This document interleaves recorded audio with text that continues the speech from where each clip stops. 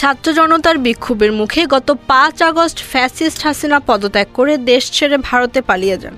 আর হাসিনার এই পতনের মধ্য দিয়ে বাংলাদেশের উপর থেকে ভারতের দীর্ঘদিনের একচেটিয়া আধিপত্য খর্ব হয়ে যায়। এ কারণে এক ধরনের রাজনৈতিক প্রতিহিংসা থেকে বাংলাদেশকে কোণঠাসা করতে ভারত তাদের ভিসা বন্ধ করে দেয়, পাশাপাশি বাংলাদেশিদের জন্য সকল ধরনের সুযোগ সুবিধাও বন্ধ করে দেয়। ভারত ভেবেছিল বাংলাদেশকে কোণঠাসা করতে ভারতের এই ষড়যন্ত্রের ফলে তাদের ছাড়া বাংলাদেশ আর চলতে পারবে না, কিন্তু বর্তমান পরিস্থিতি তার উল্টো। বাংলাদেশিদের জন্য যে সকল খাতে সহায়তা বন্ধ করে দেওয়ার সিদ্ধান্ত নেয় ভারত, সেসব ক্ষেত্রে বাংলাদেশ বিকল্প পথ খুঁজে বের করে। তাই উল্টো ভারতে এখন বিপদের মুখে। সাময়িক সময়ের জন্য বাংলাদেশ কিছুটা চাপে পড়লেও নতুন বিকল্প উৎস বের করা এবং অভ্যন্তরীণ উৎপাদন বাড়িয়ে তা মোকাবেলা করতে সক্ষম হয়েছে বাংলাদেশ। বরং বাংলাদেশিরা বয়কট করার কারণে এখন ভারতের অর্থনীতি মন্দার মুখে। অচল অবস্থায় নেমে এসেছে ভারতের ব্যবসা বাণিজ্য থেকে শুরু করে চিকিৎসা ও পর্যটন শিল্প। বাংলাদেশে আলু পেঁয়াজ রপ্তানি করতে না পেরে ভারতীয় কৃষকদের মাথায় হাত। প্রায় প্রতিদিনই তারা রপ্তানি নিষেধাজ্ঞা তুলে নেওয়ার দাবিতে বিক্ষোভ করছেন।